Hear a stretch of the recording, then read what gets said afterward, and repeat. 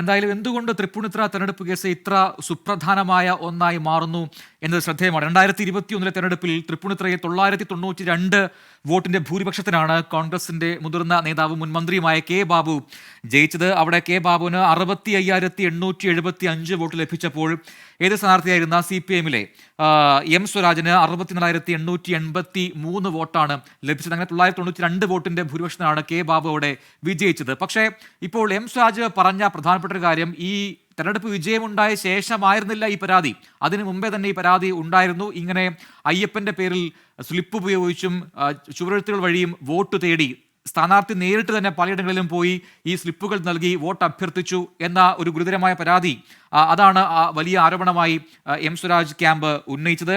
ജാതി, മതം, ഭാഷ, സമുദായം എന്നിവയുടെ പേരിൽ വോട്ട് ചോദിക്കരുത് എന്ന തെരഞ്ഞെടുപ്പ് ചട്ടം അത് ലംഘിക്കപ്പെട്ടു എന്നായിരുന്നു പ്രധാനപ്പെട്ട ആരോപണം. പക്ഷേ അത് ഹൈക്കോടതിയിൽ വിലപ്പോയില്ല. ആ ആരോപണങ്ങളെല്ലാം ഹൈക്കോടതി ഇപ്പോൾ തള്ളിയിരിക്കുന്നു. അങ്ങനെ എം സ്വരാജിന് തിരിച്ചടി ഉണ്ടായിരിക്കുന്നു ഈ കേസിൽ. ഇനിയിപ്പോൾ മേൽക്കോടതിയിലേക്ക് പോകും എന്ന് ഉറപ്പാക്കിയപ്പോൾ ഈ നിയമപോരാട്ടം ഇനിയും തുടരുമെന്നാണ് നമ്മൾ മനസ്സിലാക്കേണ്ടത്. 2 ക്യാമ്പുകളിൽ നിന്നുള്ള ദൃശ്യങ്ങൾ പ്രേക്ഷകർ ഇപ്പോൾ കാണാം. അതിൽ വലതുഭാഗത്ത് ഇപ്പോഴും UDF ക്യാമ്പിൽ വലിയ ആഘോഷവും ഒക്കെ നടക്കുകയാണ്. ലോക്സഭാ തെരഞ്ഞെടുപ്പ് അടുത്തിരിക്കെ സുപ്രധാനമായ ഒരു കേസിൽ, അതും തെരഞ്ഞെടുപ്പുമായി ബന്ധപ്പെട്ട ഒരു കേസിൽ ഉണ്ടായിരിക്കുന്ന അനുകൂല വിധി ആഘോഷമാക്കുകയാണ് UDF ക്യാമ്പ്. അവിടെ ലഡു വിതരണം ചെയ്തുമൊക്കെ അവർ അത് ആഘോഷിക്കുന്നുമുണ്ട്. 3 വർഷം നീണ്ടുനിന്ന നിയമപോരാട്ടത്തിനൊടുവിലാണ് ഇപ്പോൾ കെ ബാബുവിന് UDF സ്ഥാനാർത്ഥി തൃപ്പൂണിത്തുറയിലെ അനുകൂലമായൊരു വിധി ഉണ്ടായിരിക്കുന്നത്. കെ ബാബുവിന് MLA ആയി തുടരാം. ഒപ്പം എം സ്വരാജിന് വലിയ തിരിച്ചടി ഉണ്ടായിരിക്കുന്നു. ശ്രീകാന്ത് തുടരുന്നുണ്ട്. ശ്രീകാന്ത്, എന്തുകൊണ്ടാണ് ഈ തൃപ്പൂണിത്തുറ കേസ് ഇത്ര പ്രധാനപ്പെട്ട ഒന്നായി മാറുന്നത്? അത് അതിലെ ഈ സ്ഥാനാർത്ഥിക്കുണ്ടായ, അല്ലെങ്കിൽ കെ ബാബുവിനുണ്ടായ ഭൂരിപക്ഷം അത് തന്നെയാണ്. 992 വോട്ടിന് മാത്രമാണ് കെ ബാബുവിനോട് വിജയിക്കാനായത്. അപ്പോൾ തന്നെ റീപോളിംഗ് അടക്കമുള്ള ആവശ്യങ്ങൾ ആ ഘട്ടത്തിൽ ഉന്നയിക്കപ്പെട്ടതാണ്, റീകൗണ്ടിംഗ് ഉൾപ്പെടെ ഉന്നയിക്കപ്പെട്ടതാണ്. പക്ഷേ പിന്നീടാണ് ഇങ്ങനൊരു കേസ് അല്ലെങ്കിൽ ഈ പരാതിയായി വരികയും ചെയ്തത്. അതിൽ സ്വരാജ് പറഞ്ഞ കാര്യം, ഈ തെരഞ്ഞെടുപ്പ് ഫലം വന്ന ശേഷം ഉണ്ടായ ഒരു ആരോപണമോ പരാതിയോ അല്ല ഇത് എന്നാണ്. നേരത്തെ തന്നെ ഉണ്ടായൊരു പരാതിയാണ്. അതിൽ ഇലക്ഷൻ കമ്മീഷൻ ഇടപെട്ടിരുന്നു, ഇലക്ഷൻ കമ്മീഷൻ തങ്ങൾക്ക് അനുകൂലമായി നിന്നതുമാണ് എന്നൊക്കെയുള്ള പ്രധാനപ്പെട്ട വസ്തുതകൾ എം സ്വരാജ് ഇപ്പോൾ നിരത്തുന്നുണ്ട്. പക്ഷെ എന്തുകൊണ്ട് അത് ഹൈക്കോടതിയിൽ വിലപ്പോയില്ല, എന്തുകൊണ്ട് പരാജയപ്പെട്ടു എന്നത് പഠിക്കണം. വിചിത്ര വിധി എന്ന് എം സ്വരാജ് അതിനെ വിശേഷിപ്പിക്കുന്നു.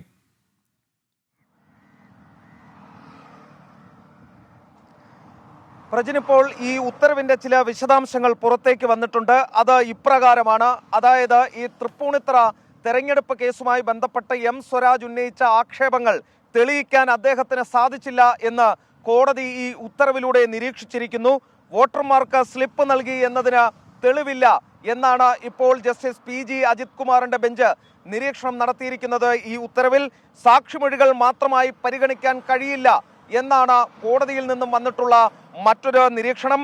സാക്ഷിമൊഴി സാധൂകരിക്കുന്ന തെളിവില്ല എന്ന് ജസ്റ്റിസ് PG അജിത് കുമാറിന്റെ സിംഗിൾ ബെഞ്ച് ഈ കേസിൽ ഉത്തരവ് പുറപ്പെടുവിച്ചുകൊണ്ട് പറയുന്നു.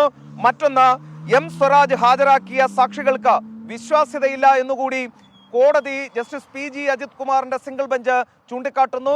ആ ഉത്തരവിലെ ഏതാനും ചില വിശദാംശങ്ങളാണ് ഇപ്പോൾ പുറത്തു വരുന്നത്. ഒരു തവണ കൂടി അത് പറയാം. ആക്ഷേപം തെളിയിക്കാൻ എം സ്വരാജിന് കഴിഞ്ഞില്ല. വോട്ടർമാർക്ക് സ്ലിപ്പ് നൽകി എന്നതിന് തെളിവില്ല. സാക്ഷിമൊഴികൾ മാത്രമായി പരിഗണിക്കാൻ കഴിയില്ല. സാക്ഷിമൊഴി സാധൂകരിക്കുന്ന തെളിവില്ല. എം സ്വരാജ് ഹാജരാക്കിയ സാക്ഷികൾക്ക് വിശ്വാസ്യതയില്ല. ഇത്തരത്തിലാണ് ജസ്റ്റിസ് PG അജിത് കുമാറിന്റെ ബെഞ്ച് ഈ തൃപ്പൂണിത്തുറ തെരഞ്ഞെടുപ്പ് കേസുമായി ബന്ധപ്പെട്ട് പുറത്തിറക്കിയ ഉത്തരവിന്റെ ഏതാനും ചില വിശദാംശങ്ങൾ ഇപ്പോൾ പുറത്തു വന്നതിൽ നിന്ന് മനസ്സിലാക്കാൻ സാധിക്കുന്നത്. അതായത് സമ്പൂർണമായ വിജയം കെ ബാബുവിന് അവകാശപ്പെടാം എന്ന് ഈ ഘട്ടത്തിൽ നമുക്ക് പറയാം. ഇനി മറ്റെന്തെങ്കിലും ഈ ഉത്തരവിൽ എഴുതിയിട്ടുണ്ടോ, കൂടുതൽ എന്തെങ്കിലും ഉൾപ്പെടുത്തിയിട്ടുണ്ടോ എന്നറിയാൻ അല്പസമയത്തിനകം അതിൻ്റെ ഉത്തരവിൻ്റെ പകർപ്പ് കൂടി പുറത്തേക്ക് വരും. ആ ഘട്ടത്തിൽ അറിയാനും സാധിക്കും. നിലവിൽ നമുക്ക് കിട്ടുന്ന വിവരമനുസരിച്ച് ഈ ഉത്തരവിൻ്റെ ചില വിശദാംശങ്ങൾ അനുസരിച്ച് ഈ പറഞ്ഞവയാണ് ഉത്തരവിൽ ഉൾപ്പെടുത്തിയിട്ടുള്ളത്. സാക്ഷിമൊഴികൾ, ഈ എം സ്വരാജ് ഹാജരാക്കിയ സാക്ഷിമൊഴികൾ അത് വിശ്വാസ്യതയുള്ളവരല്ല സാക്ഷികൾ എന്ന് കോടതി ചൂണ്ടിക്കാണിക്കുന്നു. സാക്ഷിമൊഴി സാധൂകരിക്കുന്ന തെളിവില്ല എന്ന് കോടതി ചൂണ്ടിക്കാണിക്കുന്നു. സാക്ഷിമൊഴികൾ മാത്രമായി പരിഗണിക്കാൻ കഴിയില്ല എന്ന് കോടതി ചൂണ്ടിക്കാട്ടുന്നു. വോട്ടർമാർക്ക് സ്ലിപ്പ് നൽകി എന്നതിന് തെളിവില്ലെന്ന് ജസ്റ്റിസ് PG അജിത് കുമാർ പറയുന്നു. ആക്ഷേപം തെളിയിക്കാൻ കഴിഞ്ഞില്ല എന്നുകൂടി ജസ്റ്റിസ് PG അജിത് കുമാർ പറഞ്ഞു വെക്കുന്നു. കെ ബാബുവിന് ആശ്വാസം, എം സ്വരാജിന് തിരിച്ചടി. യെസ്, വ്യക്തമാണ്. ഹൈക്കോടതിയുടെ വിധിയുടെ വിശദാംശങ്ങൾ പുറത്തൊക്കെ വന്നുകൊണ്ടിരിക്കുന്നു. ഏറ്റവും പ്രധാനപ്പെട്ട കാര്യം, എല്ലാ ആരോപണങ്ങളും പാടെ തള്ളിക്കൊണ്ടാണ് കോടതിയുടെ ഈ കേസിലെ നിരീക്ഷണങ്ങൾ എന്നുള്ളതാണ്. അതിൽ ഏറ്റവും പ്രധാനപ്പെട്ട കാര്യം, എം സ്വരാജ് ഹാജരാക്കിയ സാക്ഷികൾക്ക് വിശ്വാസ്യത ഇല്ല എന്ന് കോടതി നിരീക്ഷിക്കുന്നു. ഒപ്പം സാക്ഷിമൊഴി സാധൂകരിക്കുന്ന തെളിവുകളില്ല, സാക്ഷിമൊഴികൾ മാത്രമായി ഇതിനെ പരിഗണിക്കാൻ കഴിയില്ല എന്ന് പറയുന്നു. പക്ഷേ വോട്ടർമാർക്ക് സ്ലിപ്പ് നൽകി എന്നതിന് പോലും തെളിവില്ല എന്ന് കോടതി കണ്ടെത്തിയിരിക്കുന്നു. അതുകൊണ്ടാണ് ഈ ആരോപണങ്ങൾ അല്ലെങ്കിൽ ഈ പരാതി പൂർണ്ണമായും തള്ളിക്കൊണ്ട് കെ ബാബുവിന് അനുകൂലമായൊരു വിധി ഹൈക്കോടതിയിൽ നിന്നും ഉണ്ടായിരിക്കുന്നത്. വിധിയുടെ വിശദാംശങ്ങളാണ് ഇപ്പോൾ പുറത്തു വന്നുകൊണ്ടിരിക്കുന്നത്. ആക്ഷേപം തെളിയിക്കാൻ കഴിഞ്ഞില്ല എം സ്വരാജിന് എന്ന് വളരെ വ്യക്തമായി ഈ പറയുന്ന നേരത്തെ പറഞ്ഞ കാരണങ്ങൾ നിരത്തിക്കൊണ്ട് കോടതി വ്യക്തമാക്കുകയായിരുന്നു. ആ രീതിയിൽ കെ ബാബുവിനുണ്ടായത് വലിയ ആശ്വാസമാണ്. ഇതിനോടകം വിചിത്ര വിധി എന്ന് പറഞ്ഞ് ഈ വിധിയെ തള്ളിക്കൊണ്ട് എം സ്വരാജ് രംഗത്ത് വന്നെങ്കിലും ഇനിയിപ്പോൾ നിയമപോരാട്ടം തുടരുമെന്നും കാര്യം കൂടി വ്യക്തമാക്കിയിട്ടുണ്ട് എം സ്വരാജ്. അങ്ങനെയെങ്കിൽ അത് കാണാം, അത് അഭിമുഖീകരിക്കാൻ തയ്യാറാണ് എന്ന് കെ ബാബു ക്യാമ്പും കൂടി വ്യക്തമാക്കി കഴിഞ്ഞിട്ടുണ്ട്. പക്ഷേ ഹൈക്കോടതിയിലെ ഈ നിരീക്ഷണങ്ങൾ അത് വളരെ വളരെ പ്രധാനപ്പെട്ടതാണ്.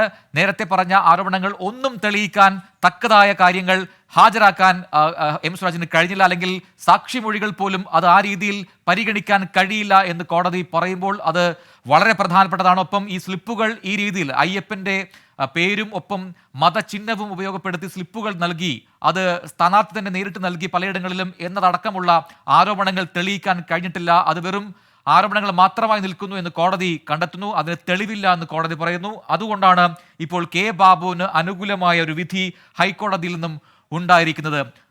എസ് ശ്രീകാന്ത് തുടരുന്നുണ്ട്.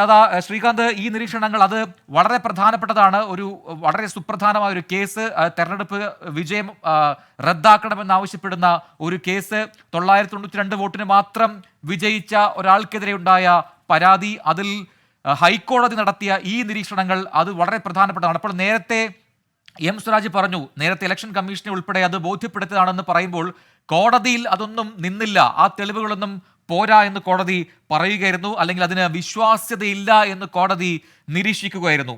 അപ്പോൾ എന്തൊക്കെ വാദങ്ങൾ അല്ലെങ്കിൽ ഏതൊക്കെ തെളിവുകൾ, ഏതൊക്കെ മൊഴികൾ ഉണ്ടായിരുന്നു ഈ വാദസമയത്ത് എന്നതിന് വിശദാംശങ്ങളുണ്ടോ ശ്രീകാന്ത്?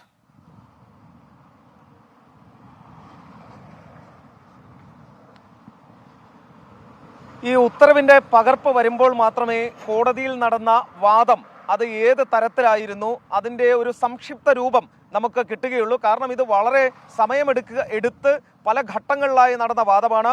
ഓരോ തവണ വാദം നടക്കുമ്പോഴും നിരവധി സാക്ഷികളെ അവിടെ ഹാജരാക്കിയിരുന്നു. ഈ തെളിവുകൾ എന്ന രീതിയിൽ ഈ വോട്ടർ സ്ലിപ്പ് അടക്കം അവിടെ എത്തിച്ചിരുന്നു.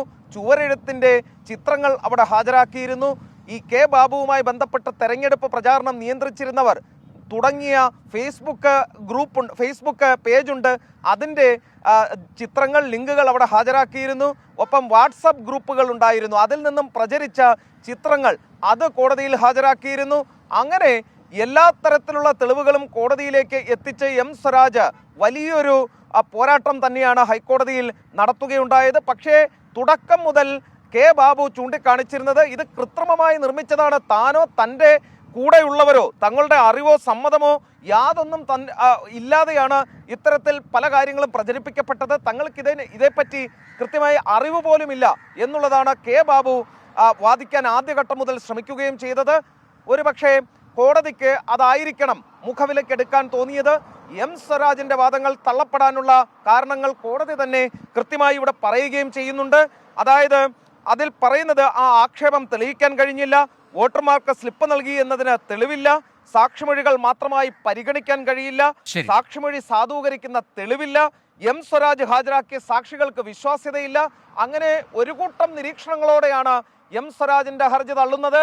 ഈ പകർപ്പ് വരുമ്പോൾ കൂടുതൽ കാര്യങ്ങൾ മനസ്സിലാക്കാം. പക്ഷേ ഈ കേട്ടതിൽ നിന്നും മനസ്സിലാക്കുന്നത് എം സ്വരാജിന് വലിയ തിരിച്ചടിയാണ് ഹൈക്കോടതിയിൽ നിന്നും ഉണ്ടായത് എന്നുള്ളതാണ്.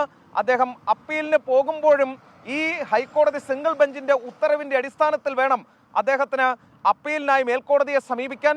ആ ഘട്ടത്തിൽ ഈ പറഞ്ഞിരിക്കുന്ന നിരീക്ഷണങ്ങളൊക്കെ തന്നെ അവിടെയും ഉന്നയിക്കപ്പെടും. കെ ബാബുവിന്റെ അഭിഭാഷകൻ ഇതൊക്കെ തന്നെ അവിടെ ഉന്നയിക്കും എന്നുള്ള കാര്യം തുടരുക. എന്നാലും തൃപ്പൂണിത്തുറ തെരഞ്ഞെടുപ്പ് കേസിലാണ് കെ ബാബുവിന് അനുകൂലമായ വിധി ഹൈക്കോടതിയിൽ നിന്നും ഉണ്ടായിരിക്കുന്നത്. എം സ്വരാജിന് വലിയ തിരിച്ചടി കോടതിയിൽ നിന്നും ഉണ്ടായിരിക്കുന്നു.